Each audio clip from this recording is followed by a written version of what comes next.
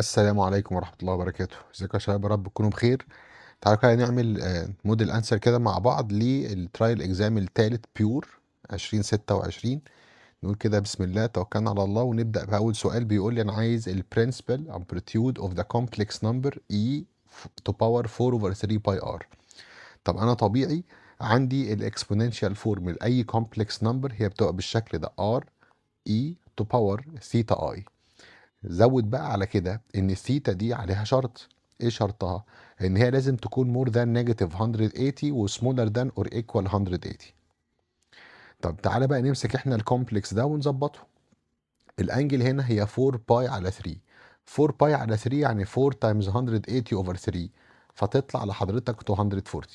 طب هل الانجل دي موجودة في الانترفال دي؟ لا. طب اظبطها ازاي؟ قال لي اعملها minus 360، فتطلع لحضرتك بنيجاتيف 120. طب دي انجل بالنيجاتيف؟ عادي، ما انت عندك هنا من 180 بوزيتيف لحد نيجاتيف 180. تمام. طيب ازاي احولها لباي؟ اي انجل بالديجري هتعملها تايمز باي اوفر 180، فتطلع لحضرتك بنيجاتيف 2 باي اوفر 3 اللي هي تشويس رقم A. طيب نشوف السؤال اللي بعده. بيقول عايز الترم فري اوف اكس في الاكسبانشن دي x باور 3 تايمز 1 اوفر x ماينس x. طب جميل. هتفكر ازاي؟ وده المهم على فكرة. انا عندي باينوميال، الباينوميال دي بتقول 1 over x minus x all to power 7. همسك الباينوميال دي اجيب منها تي ار بلس 1. طيب تي ار بلس 1 هيبقى 7 سي ار. جميل. الاولاني ياخد الديفرنس والتاني ياخد اللي تحت. ده التي ار بلس 1 اللي انت جبته من البراكت. اعمل بقى التي ار بلس 1 ده ملتبلاي مين؟ ملتبلاي الاكس اللي بره، يعني تايمز اكس تو باور 3. طب ظبط حالك وخلي الارقام في الاول، يعني 7 سي ار ودي نيجاتيف 1 باور ار. لم بقى اكساتك كلها. الاكس دي نيجاتيف باور نيجاتيف 1، صح؟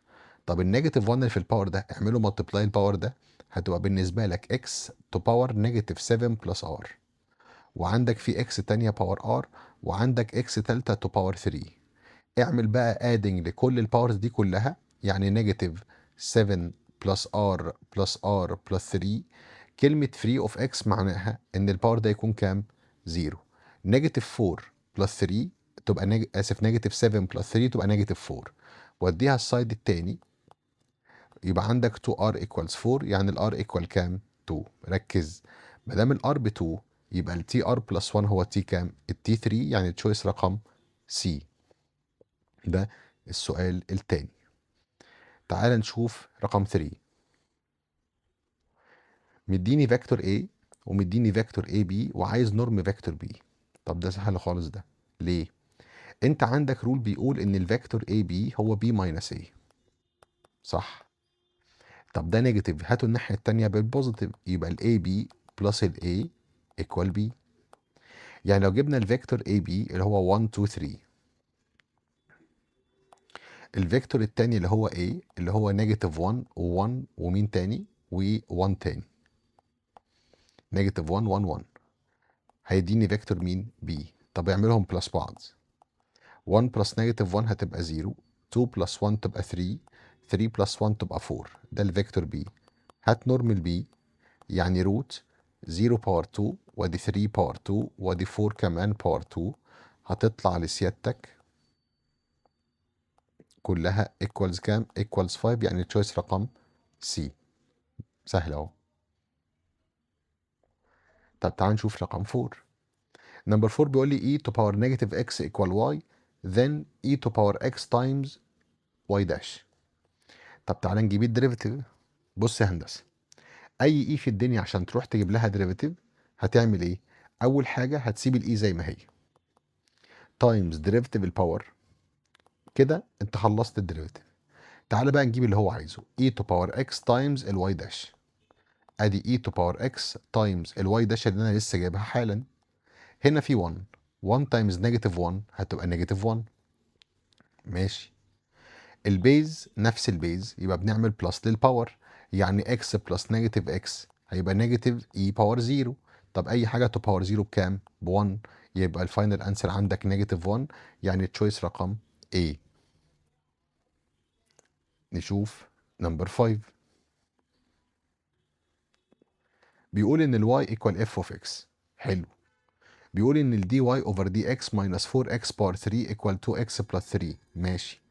الاف اوف 1 ايكوال 1، عايز الاف اوف نيجاتيف 1. طب بص يا سيدي، ايه رأي سيادتك لما تجيب دي الناحية دي؟ يبقى الدي واي اوفر دي اكس ايكوالز هتبقى 4 اكس تو باور 3 بلس 2 اكس بلس 3. ده الديريفيتيف. طول ما هو بيديك الديريفيتيف وطالب منك الاف، معناها ان انت هتعمل انتجريشن. يبقى الستيب الاولى هتودي الدي اكس هناك، فهتقول لي والله يبقى الدي واي equals 4x to power 3 plus 2x plus 3، كل ده dx. حط الساين بتاع الانتجريشن، يبقى انتجريشن 1 دي واي تبقى واي، دي الباور بلس 1 على الباور الجديد، ودي الباور بلس 1 على الباور الجديد، ودي نحط لها اكس بلس مين سي. طب هتجيب السي منين؟ دور على جيفن. الجيفن هنا فين؟ اهو. الجيفن هنا اهو. كلمة f of 1 equal 1 معناها ان في بوينت على الكيرف ده اسمها 1 1. طب عوض، شيل y وحط 1، شيل كل x وحط مكانها 1. هيطلع لسيادتك ان c equals نيجاتيف 4. يعني الكيرف نفسه هيبقى x to power 4 plus x to power 2 plus 3x minus 4. هو عايز f of نيجاتيف 1. يلا جاي، يلا ها. f of نيجاتيف 1، عوض، شيل كل x وحط مكانها نيجاتيف 1. هيبقى 1 plus 1 minus 3 minus 4، هيبقى نيجاتيف 5. يعني التشويس رقم A. نشوف بقى رقم 6. بيقول لي the measure of the angle between the straight line كذا والplane كذا. خد بالك احنا كنا متفقين ان المنهج كله بتاع السوليد فيه كام انجل، هيطلب منك كام انجل؟ 4. انجل ما بين 2 فيكتورز، انجل ما بين 2 straight lines، انجل ما بين 2 planes، انجل مشبوهة ما بين straight line وplane. ليه سميناها مشبوهه؟ الطبيعي وانت بتجيب الانجل سواء بين اتنين فيكتور او اتنين ستريت لاين او اتنين بلين، بجيبها كوساين ثيتا ايكوال الدوت على نورم كل واحد، وكلهم فيهم ابسولوت ما عدا الفيكتور فوق. حلو كده. لكن لما تلاقي ستريت لاين مع بلين، يبقى بدل كوساين ثيتا تبقى ايه؟ تبقى ساين. يعني هبدا كده اقول والله هي الساين ثيتا. انا عشان اطبق بقى الرول محتاج اجيب الدايركشن. هل دي كارتيزيان فورم مظبوطه؟ اه مظبوطه. ازاي؟ اهي. ما هو هاف اكس معناها اكس اوفر 2 y اوفر 3، وادي كمان z اوفر 4. يعني الدايركشن من هنا هيبقى 2 و3 و4. النورمال دايركشن بتاع البلين 4 و6 و8. من نظر كده باينه جدا ان في بينهم ريشيو. الريشيو في الطبيعي باراليل، لكن في العلاقه المشبوهه يبقى ايه؟ يبقى الدوت بزيرو. صح، يعني بيربنديكولار. تعال نجرب. بص يا باشا، بص. ادي ابسولوت. هنجيب الدوت ما بين 2 و3 و4 و4 و6 و8 على نورم روت 4 و9 و16 اللي هو نورم الدي، وكمان نورم الان هيبقى 16 و36 و64. بالراحه اعمل الدوت فوق. هيبقى 2 تايم 4 equals 8، و3 تايم 6 18، و4 تايمز 8 تبقى 32 اوفر. النورم ده هنعمل كده، نجيب كالكوليتر ونقول له تعالى كده هات لنا روت 4 بلس 9 بلس 16، هتطلع روت 29. الناحية التانية هيبقى روت 16 بلس 36 بلس 64، هتطلع لحضرتك ب 2 روت 29.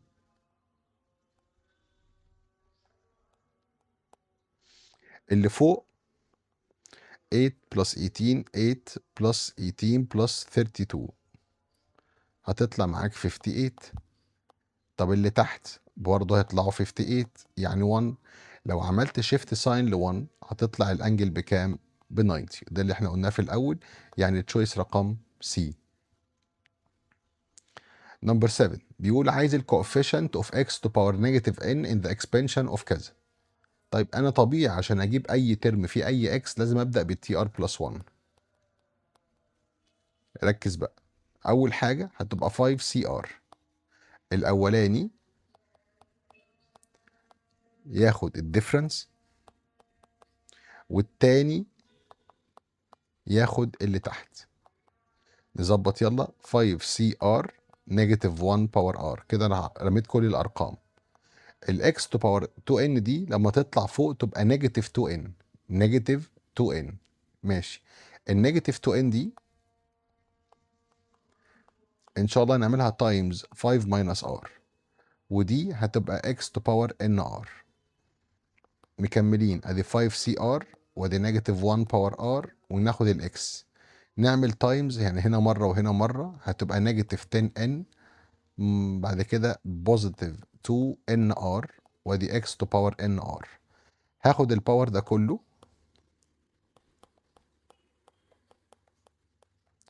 ونخليه ايكوال للنيجاتيف n. دول بلس بعض هيبقى 3nr. هدي هنا نيجاتيف n ونيجاتيف 10n يبقى 9n. كنسل ال n وادي 3 بالديفايدد، هتطلع الار ايكوال 3. جميل. كده انت جبت الار اوف 3. طب هو عايز الكوفيشنت، هقول والله يبقى الكوفيشنت، ركز، هات هنا حط الار هنا ب 3، هيبقى كوفيشنت اوف تي 4 هيبقى 5C3، وبعد كده عندك نيجاتيف 1 باور 3، فيطلع لحضرتك بنيجاتيف 5C3، لان النيجاتيف تو باور اود يفضل نيجاتيف زي ما هي. يعني دي تشويس رقم كام؟ هقول له والله دي تشويس رقم A. كده احنا حلينا رقم 7. نشوف 8. بيقول لي if the slope of tangent to the curve of the function y equal f of x at any point x و y on the curve ده، مديني الاسلوب اهو، بيقول لي ان الكيرف بيعدي على البوينت 1 و 2، عايز الايكويشن اوف كيرف. كنت اتفقت مع حضرتك ان انت عشان تجيب ايكويشن اوف كيرف هتروح تعمل انتجريشن للسلوب اوف تانجنت. طيب هكتب كده، ادي السلوب اوف تانجنت دي واي اوفر دي اكس هي 1 اوفر واي روت اكس. اعمل كروس، يبقى واي روت اكس دي واي ايكوال دي اكس. ما ينفعش. ليه؟ لازم نفصل الوايات لوحدها والاكسات لوحدها. طب سهله، هدي هنا بالديفايدد، هيبقى واي دي واي ايكوال دي اكس على روت اكس.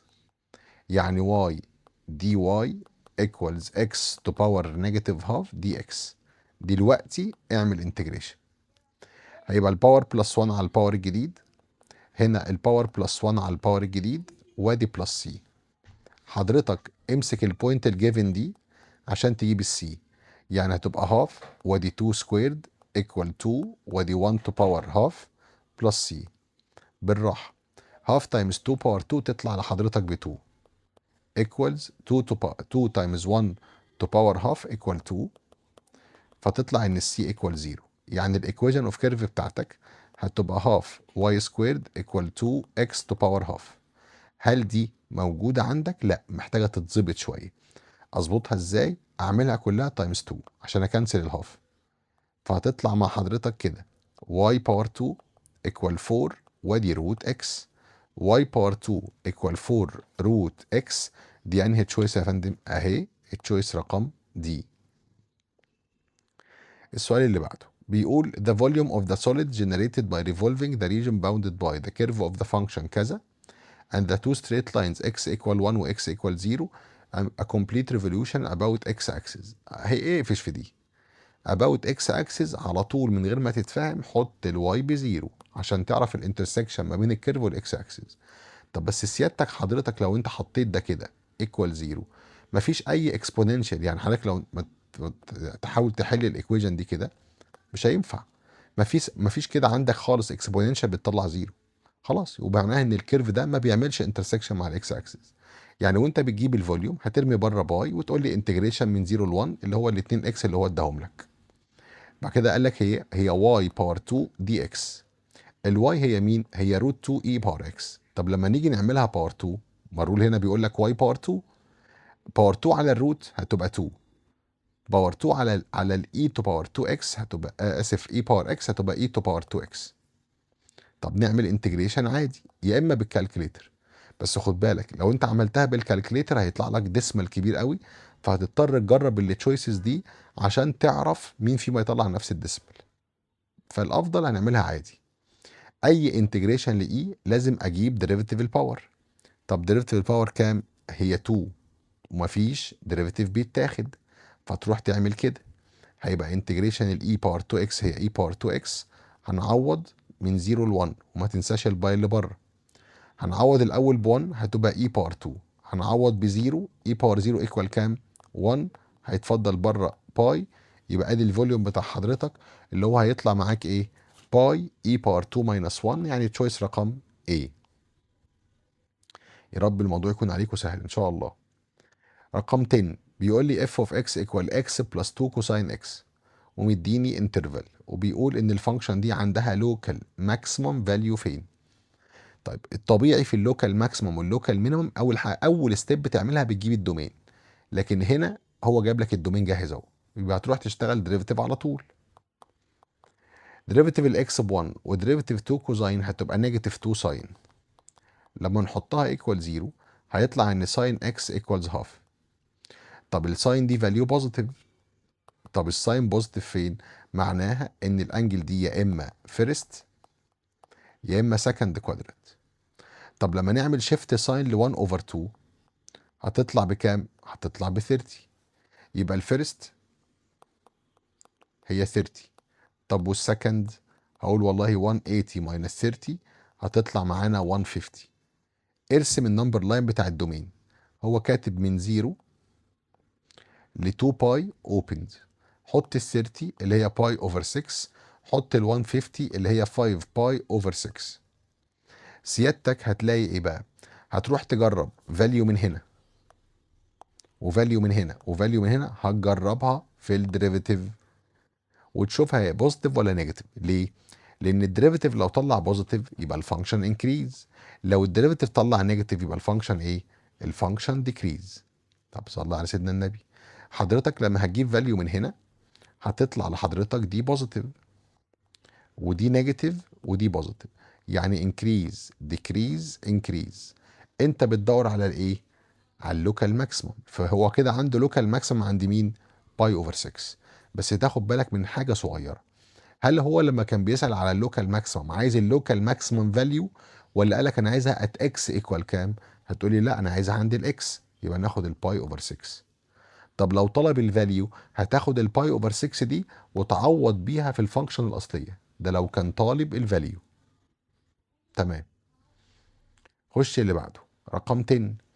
if the two straight lines كذا وكذا are orthogonal. يعني ايه orthogonal؟ يعني perpendicular. يبقى انا محتاج اطلع اتنين دايركشن. اول حاجه دي كارتيزيان فور، هل دي مظبوطه؟ دي اهم حاجه بالله عليك. دي مظبوطه؟ لا، اظبطها الاول. يعني x ماينس 1 اوفر 2، هنا اعمل ديفايدد نيجاتيف 1 فوق وتحت عشان تظبط الواي، هتبقى y ماينس 2 على نيجاتيف 4، وعندك الزد ايكوال 5، يعني الدايركشن بتاعتك هتبقى 2 ونيجاتيف 4 و0 عشان الزد مفصوله. دي دي كارتيزيان، اسف دي فيكتور 4، دي كده فيكتور 4، سوري يا جماعه، دي كده فيكتور 4.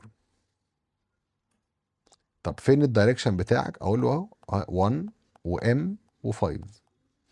اي تو ستريت لاينز لما يكونوا perpendicular معناها ان الدوت بينهم بزيرو.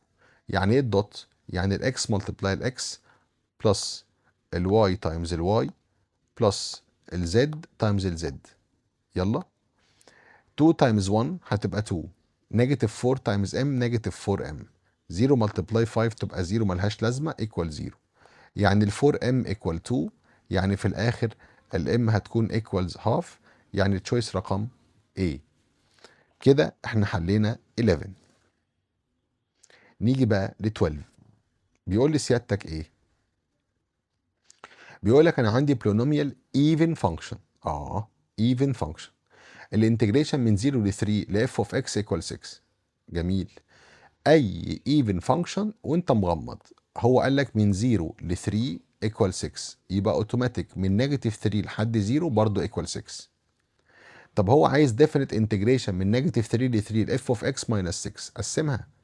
قسمها يعني اعملها من نيجاتيف 3 ل 3 لاف اوف اكس ماينس انتجريشن 6 دي اكس من نيجاتيف 3 ل 3.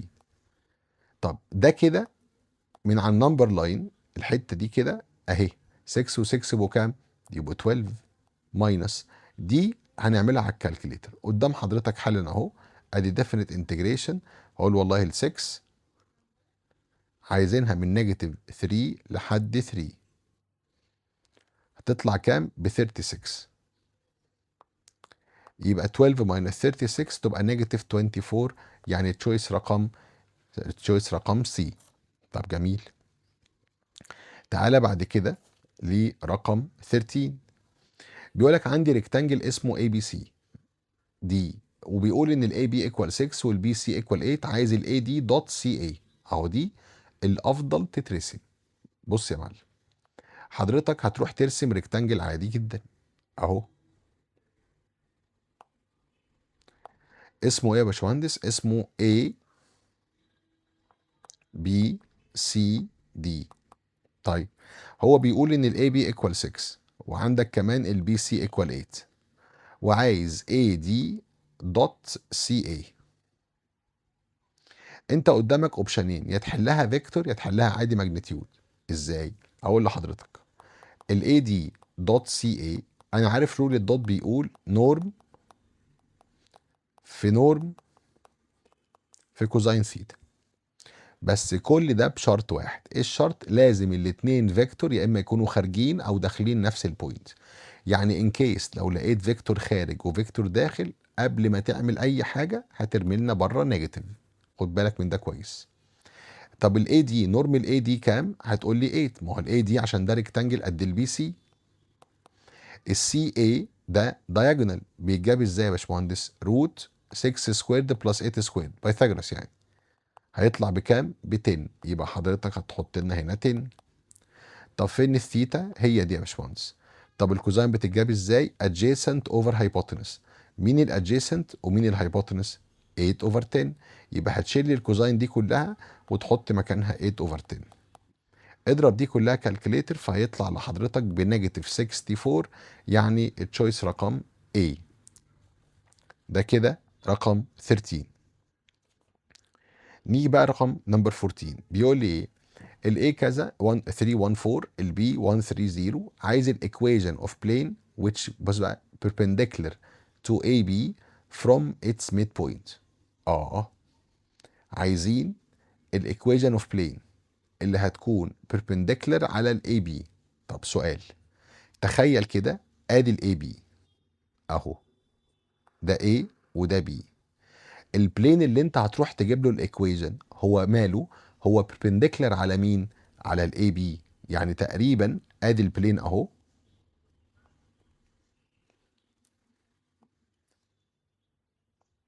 ده كده البلين، وهو perpendicular على الاي بي. انا استفدت ايه؟ استفدت ان اعرف اجيب النورمال دايركشن. ما هو يعني ايه نورمال دايركشن يا جماعه؟ يعني فيكتور بيكون perpendicular على البلين. طب ما انا عندي الاي بي كله perpendicular على البلين، فانت ممكن تجيب لي النورمال دايركشن هو عباره عن مثلا اي بي او بي اي، بس مش هتفرق. اي بي يعني بي ماينس اي. 1 ماينس 3 هيبقى نيجاتيف 2، 3 ماينس 1 تبقى 2، و0 ماينس 4 بقت نيجاتيف 4. عاجبك؟ عاجبك. مش عاجبك اعمله سمبليفاي. يعني ايه؟ انا شايف نيجاتيف 2 و2 ونيجاتيف 4، طب ما انا ممكن اعملها ديفايدد نيجاتيف 2، فيطلع معايا ان الان هتبقى 1 ونيجاتيف 1 و2. انا كده الدنيا معايا ظابطه. طب انا عشان اكتب ايكويشن اوف بلين جبت الان، بس محتاج بوينت. البلين بيعدي على ايه؟ لا. بيعدي على بي؟ لا. بيعدي فين؟ قال لك بيعدي على الميد بوينت. طب ما احنا ممكن نجيب الميد بوينت.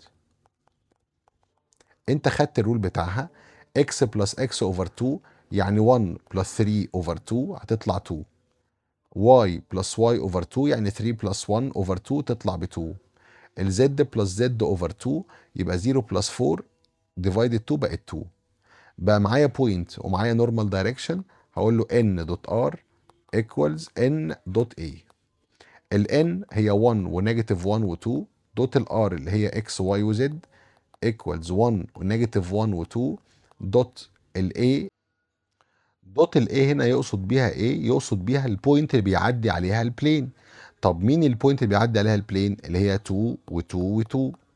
ماشي. يلا يبقى هنا 1 تايمز x نيجاتيف 1 تايمز y 2 تايمز z يبقى 2z equals هتبقى 2 minus 2 plus 4. يعني x minus y plus 2z equals 4. كده انهي تشويس بقى يا باشمهندس؟ حضرتك هتلاقي تشويس سي. نمبر 15. عندي y equals ln x والx equals z to power 3، عايز dy over dz. ده تشين رول بتاعت بجد تانية ثانوي، مش بتاعكوا اصلا يعني. سهل جدا. ليه سهل؟ حضرتك عشان تجيب dy over dz فانت محتاج تخلي الواي هي function of z. يعني حضرتك ممكن تعوض. يعني الواي بدل ما تكتب لين اكس، شيل اكس يا باشا وحط زد باور 3. عندك بروبرتي بتقول ان اللين بيطلع الباور بره، تبقى 3 لين زد. صح؟ جميل. يعني الدي واي اوفر دي زد هتبقى 3 تايمز 1 اوفر زد، يعني 3 اوفر زد. ناقص نعوض. صح؟ هو بيقول لك الاكس ايكوال كام؟ طب ما دي سهله. انت معاك الاكس وعايز تجيب مكانها زد. تعالى، شايف الايكويشن دي؟ عوض، شيل الاكس وحط اي باور 3، اعمل كيوبيك روت في الناحيتين، هيبقى الاي ايكوال زد. شكرا. حضرتك عوض ات زد ايكوال اي، هيبقى الدي واي اوفر دي زد هتبقى 3 اوفر اي. 3 اوفر اي اللي هي مين؟ اللي هي تشويس رقم A. دي كده رقم 15. نمبر 16 بيقول لي الفانكشن دي اللي هي كيوبيك روت اكس بار 2 ماينس 1، بيقول لي انا عايز في الانترفال دي كده، انا عايز الابسولوت مينيمم. حاضر. عشان نجيب الابسولوت مينيمم، اولا الستيب بتاعت الدومين بنفض لها. كده كده معايا الانترفال بتاعتي، هروح اجيب ديريفيتيف. الكيوبيك روت اكنه براكت تو باور 1 على 3. هنزل الباور، اعمل نفس البراكت الباور ماينس 1 تايمز ديريفيتيف اللي جوه. ظبط حالك شويه. ادي 1 على 3، وادي كمان اكس باور 2 ماينس 1 تو باور 3 اوفر 2 اوفر 3 اسف، وهنا تبقى 2 اكس. حط اللي فوق بزيرو، هيطلع الاكس ايكوال 0 والزيرو موجود في الدومين. خد اللي تحت ايكوال 0، ال 3 ملهاش لازمه والباور ملهاش لازمه، هيبقى الاكس باور 2 ماينس 1 ايكوال 0، هيطلع معانا الاكس ايكوال 1 والاكس ايكوالز نيجاتيف 1. دي موجوده في الدومين ودي برضو موجوده في الدومين. جميل.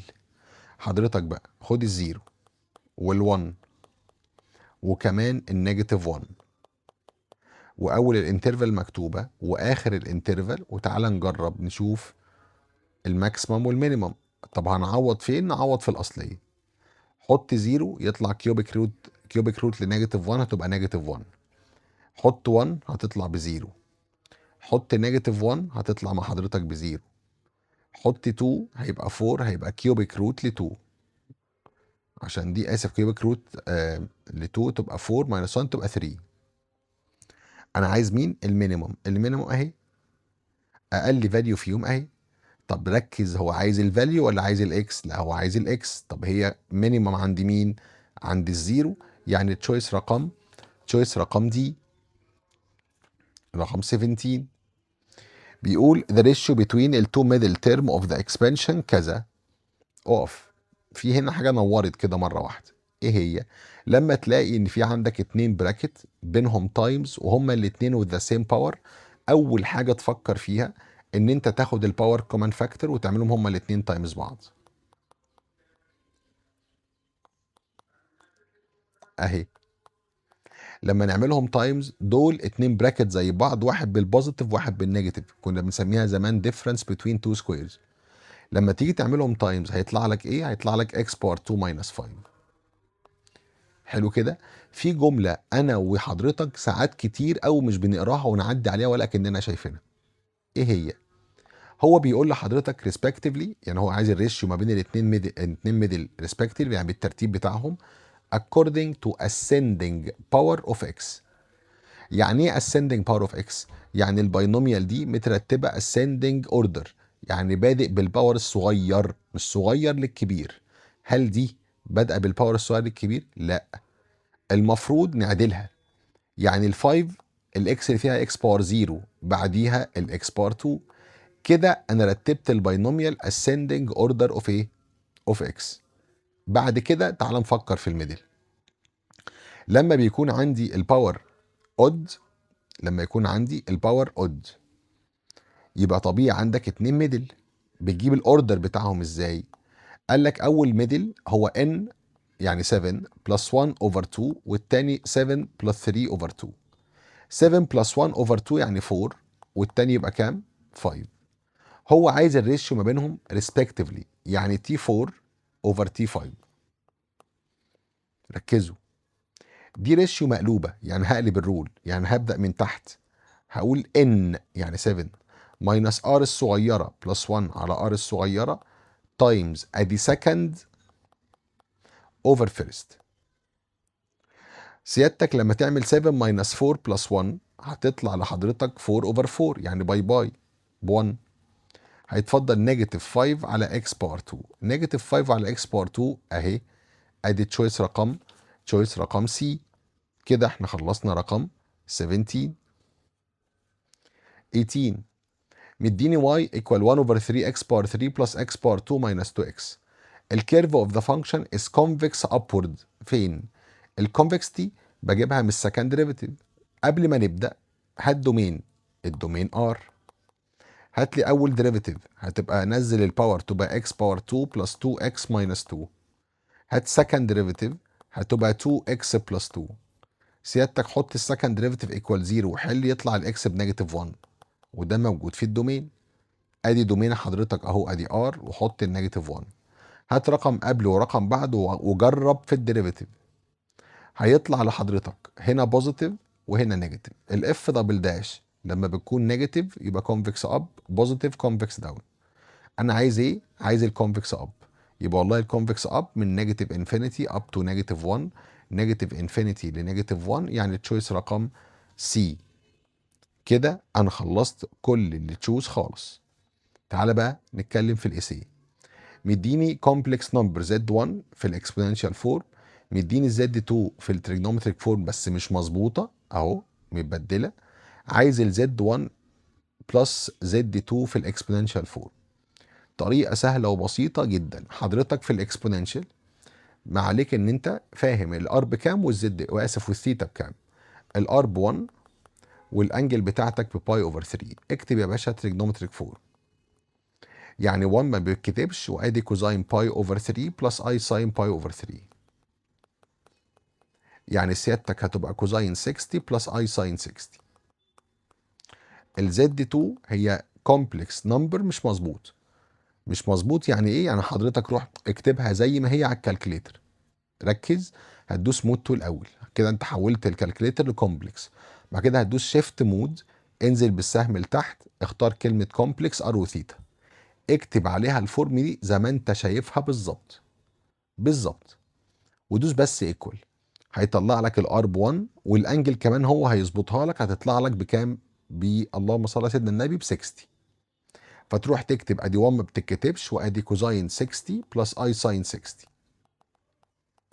انت عايز ايه؟ عايز زد 1 بلس زد 2. طب زي ما انت في الكومبلكس، زي ما انت في الكومبلكس بالظبط، هتروح تكتب كوزاين 60 بلس اي ساين 60 اللي هي زد 1، وادي كمان كوزاين 60 بلس اي ساين 60 اللي هي زد 2. هيطلع لسيادتك 1 بلس روت 3 اي. طب سؤال يا باشمهندس، حضرتك دي كده الجبريك فورم؟ اه دي الجبريك فورم. طب احنا عايزينها يا باشا عايزينها اكسبوننشال. من نفس الكالكليتر هيقول لك الار ايكوال 2 والانجل ايكوال باي اوفر 3، يبقى الاكسبوننشال فورم هتبقى 2 اي تو باور باي اوفر 3 اي. وانا كده خلصت. بجد انا مش شايف والله اسهل من كده. يعني ربنا يا رب يكرمكم ويجي لكم الامتحان بنفس المستوى كده. طب تعالى بقى هنا، دي اللي فيها كلام كتير شويه. انا عندي child slipped on a slide on the shape of the curve y equal e power x. يعني ايه؟ في طفل slipped on a slide، يعني هو بيتزحلق على زحليقه in the shape of the curve of the function f of x equal e to power x. طيب حضرتك لو رسمت ده كده y axis وده كده x axis، الاي تو باور اكس بتاعت حضرتك هو كيرف معروف من زمن الزمن. هو عباره عن ايه؟ عفوا يا جماعه. هو عباره عن ايه؟ هو عباره عن كيرف عامل كده. فالطفل الصغير ده هو بيتزحلق، يعني تخيل كده الطفل هنا عمال يتزحلق. بيقول if the velocity of the y coordinate of the child path equal e، يعني ال dy over dt equal e. هرجع لها تاني بعد شوية. when ال x coordinate لما كانت ال x equal 1. ماشي.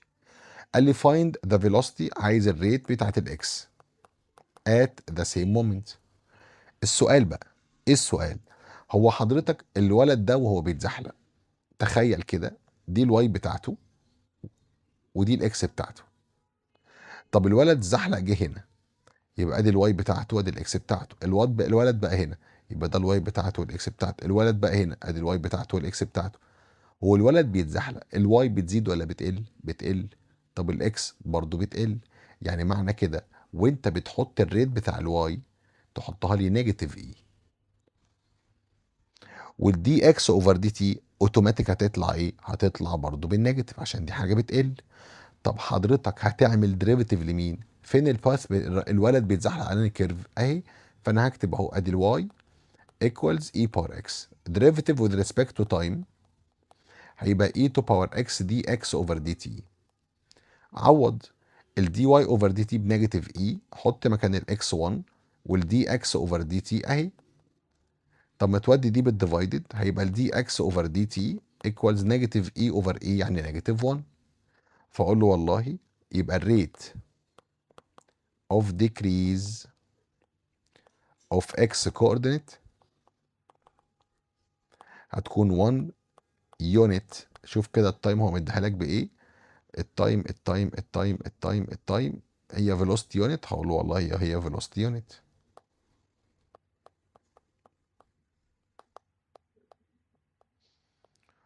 وبكده يكون الترايل التالت خلص على خير. ربنا يا رب دايما يكتب لكم التوفيق. نشوفكم ان شاء ربنا على خير. سلام عليكم.